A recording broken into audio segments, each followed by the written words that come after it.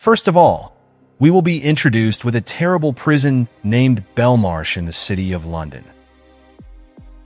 This prison is housed by a class of criminals made up of murderers, rapists, and other dangerous criminals. Among them, there lives a brutal inmate named Kane who has many scars on his face and has metal teeth. He had been repeatedly attacked by other prisoners for no reason. But regardless of their numbers, he has always been able to survive. Despite his appearance, he was a good person, but prison turned him into someone who could kill people even with his bare hands.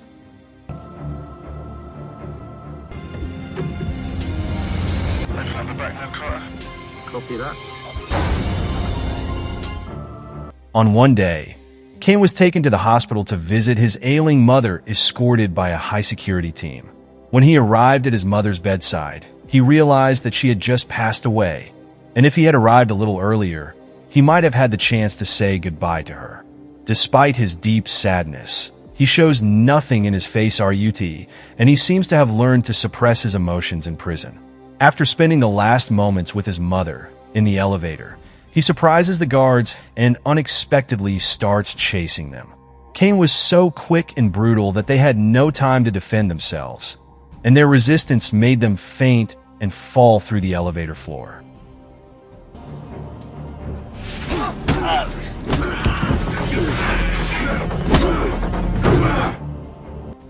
In the following scene, Kane is seen trying to enter a private bar, but is stopped by the guards.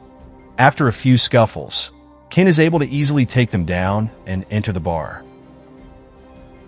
During a smooth conversation with the talkative yet brash bartender named Bez, he introduces himself as a gang member and asks for a glass of beer. While sipping his drink, he tried to overhear the conversation of a group of people sitting on the opposite side of the bar. They were gang members who had recently curtailed their activities due to the murder of one of their members named Rook. Toon, one of the gang members who witnessed Rook's murder, began to recount the incident. In his story, while they were selling drugs at their usual hangout, they suddenly realized there was someone standing near them and staring at them in the darkness of the night. While Toon was busy with customers, Rook approached him fearlessly and tried to find out what the person wanted and why he was staring at them. When he was not given an answer, Rook got angry and tried to punch him in the face. But suddenly, he was attacked with an axe, causing his hand to be severed and fall to the ground covered in blood.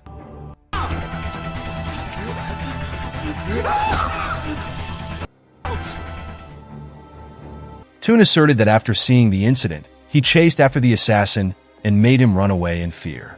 At this moment, Kane laughed and started mocking Toon because he didn't think the man was tough enough to make someone run away.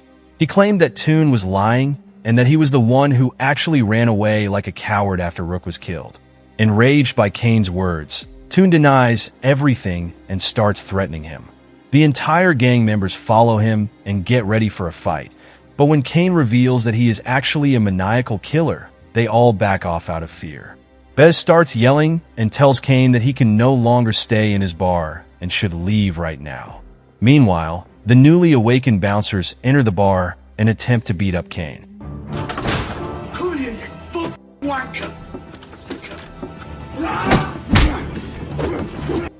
But within seconds, Kane overpowered them, and by pulling out a double-barreled shotgun, he showed them how dangerous he was. Kane almost took the entire gang hostage and demanded the location of their boss, a crooked loan shark and corrupt businessman named Lincoln, who would do anything to get money illegally. And ironically, he was also Kane's brother. Instead, he finds Hyde, Lincoln's most trusted assistant, who remembers Kane well.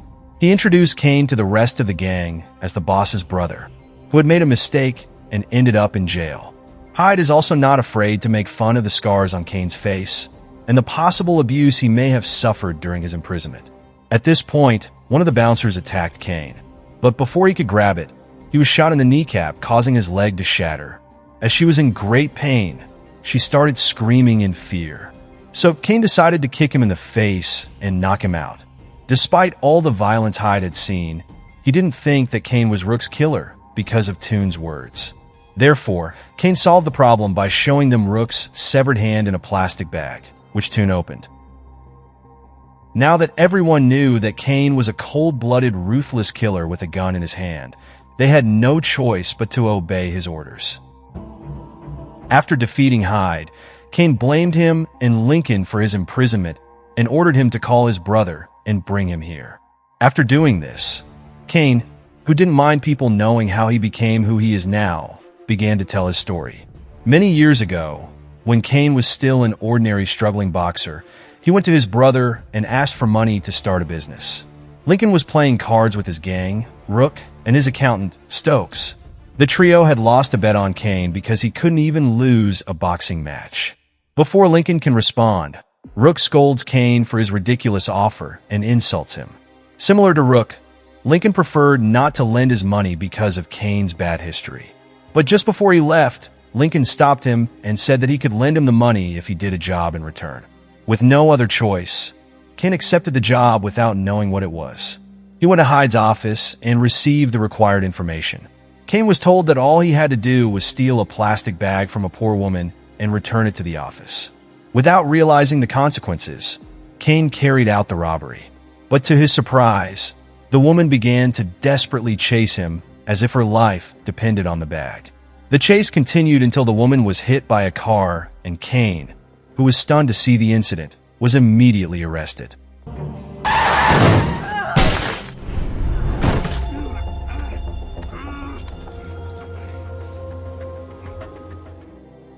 A few days later, he met with O'Hara, an elite detective who had spent years keeping tabs on his brother.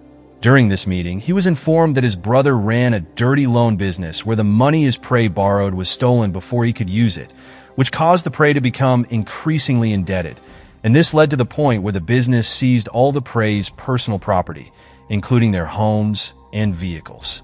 The detective asked Cain to hand over Lincoln, but despite knowing all these nefarious acts, Cain refused and stayed by his brother's side. 49 was my fault. Now he's got his hands dirty in 3 cases: robbery, murder, and organized crime. But the possibility of her brother helping encourages her not to give up. He is introduced to a tough, muscular interrogator named Sergeant Evans, a corrupt cop who tortures suspects to get unauthorized confessions from detectives. Cain is severely beaten by Evans, and despite resisting with his hands bound, Evans' heavy blows eventually knock him unconscious.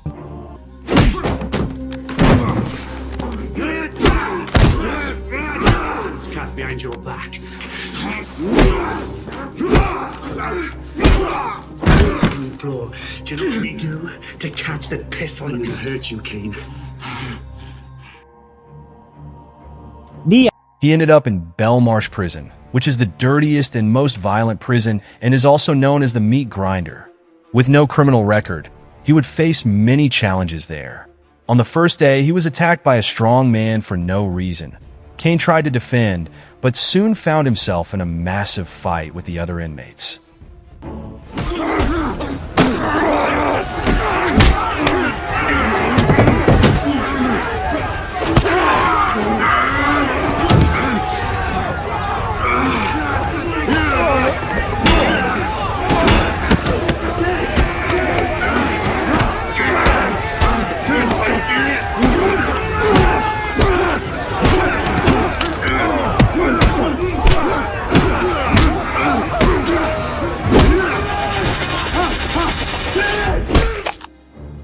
After knocking down a few of them, they finally caught him and cruelly broke his front teeth. Because of this incident, he was given metal dentures, which he loved because they made him look so dangerous. His mother, who was still alive at the time, visited him in prison. Mrs. Burgess told Cain that Lincoln blamed her for his imprisonment, so she would not take any action. Hearing this, Cain felt that his loyalty to Lincoln was pointless and that his brother had abandoned him in prison, despite the fact that Lincoln was the reason he was imprisoned in the first place. Despite everything, she kept her spirits up and asked her mom to make sure that Lincoln called her. You gotta tell him to come here and talk to me. Days passed with no word from Lincoln. No meetings, no phone calls, and not even a letter. Cain finally realized that she was alone and had to stand on her own. During his imprisonment, he was often attacked by other inmates.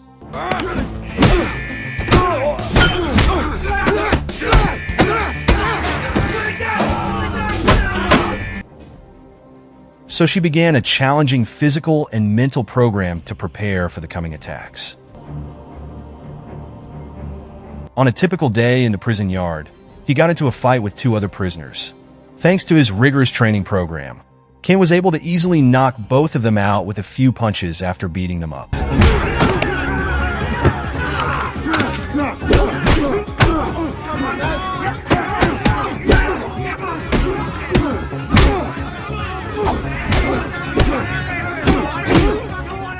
Elated at having defeated his attackers, Cain heard something shocking and upsetting.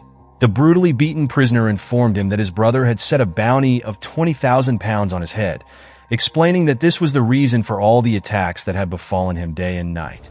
Outraged at this, he now had a reason to live.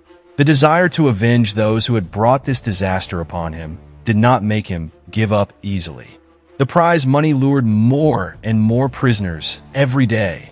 However, Cain's motives and strength increased as their numbers grew.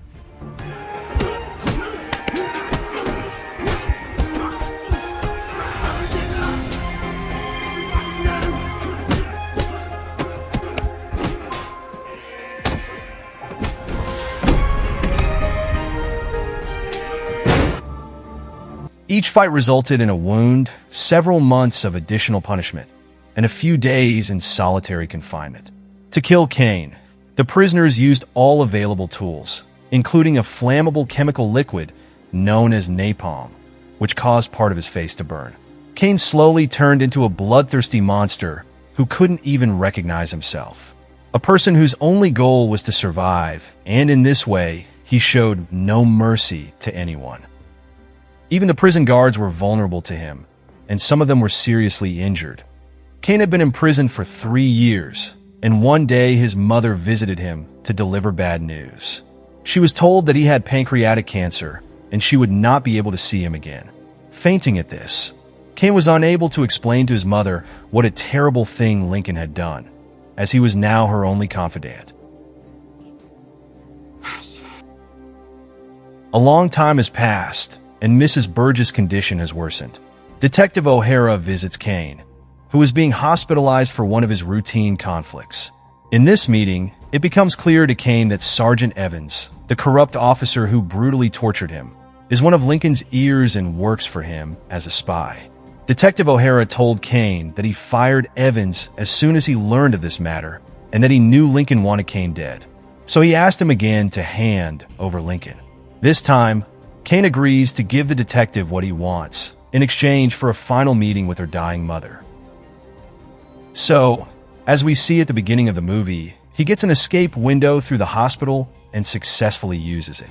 Back in the present, two of the gang members insist that they need to go to the restroom immediately, but Cain won't let them and orders them to do it here. Hyde, tired of Cain's rambling stories, tries to be brave and tells him to do whatever he wants to do. So Cain tells him to kneel down and warns him that whatever he says after that will be his last words. These fucking doors, why they bolted? This fucking door shut. Well, lads, come on in. Meanwhile, Lincoln arrived with 3 of his men and was surprised to see his brother. Cain, who had seen his number one enemy, became even more hostile and disarmed them, sending them to the rest of the gang. Cain was almost ready to retaliate, but he demanded a convincing explanation as to why Lincoln wanted to kill him in the first place. After a failed sibling drama, Lincoln finally admits that he had no choice but to do it because one of his spies found out that Cain was planning to rat them out. Cain, who knew about Evans, told him that he was given false information and rather than his own brother. He chose to believe a corrupt police officer who was no longer able to work for him, as Cain had recently crossed paths with him at his new workplace, and after a long struggle, he killed him with a hammer blow to the head.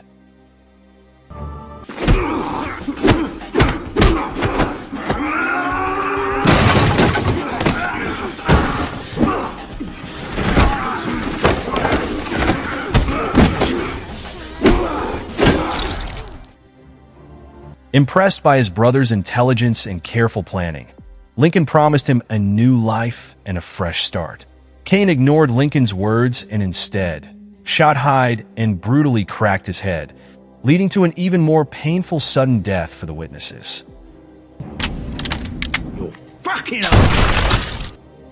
Lincoln, still dealing with the gruesome death of his best assistant, faces the next attack from Kane. It was hard for him to believe, yet there was only 1,500 pounds left in his account. Apparently, Evan's workplace wasn't his only stop after his escape, and he also went to Stokes. Back on the day of the meeting with Stokes, he tried to intimidate Kane by pulling out a gun, but Kane took it as a joke and easily disarmed him. In exchange for his life, Stokes agreed to give Kane whatever he wanted. So he donated the entire 2.2 million pounds in his account to the families affected by Lincoln's loan business. Lincoln had nothing but his gang.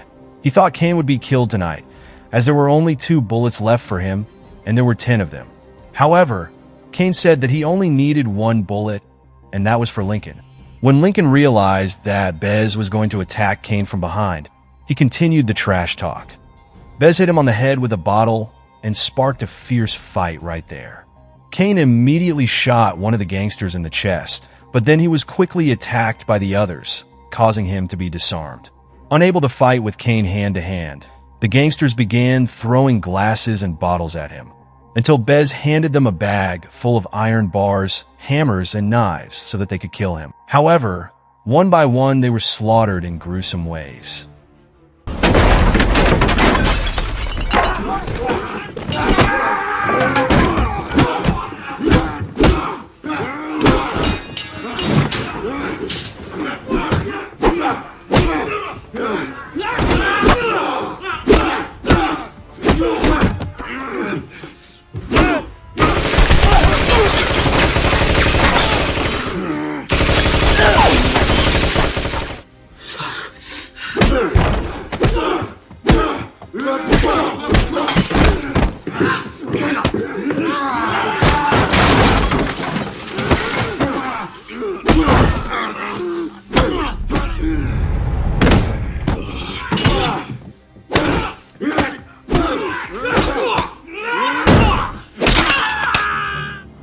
At this point, only Bez, Lincoln, and Kane remain.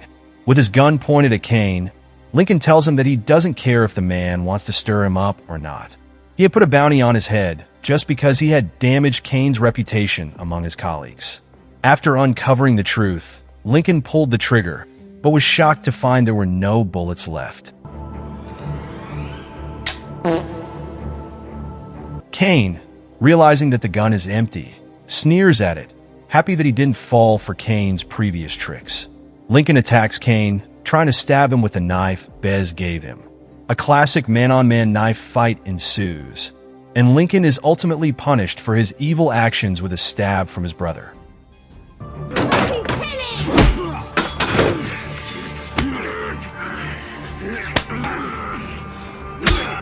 Kane, who apparently has no desire to kill a woman, not even a mouse to kill, leaves Bez with the corpus of the people he has served his whole life.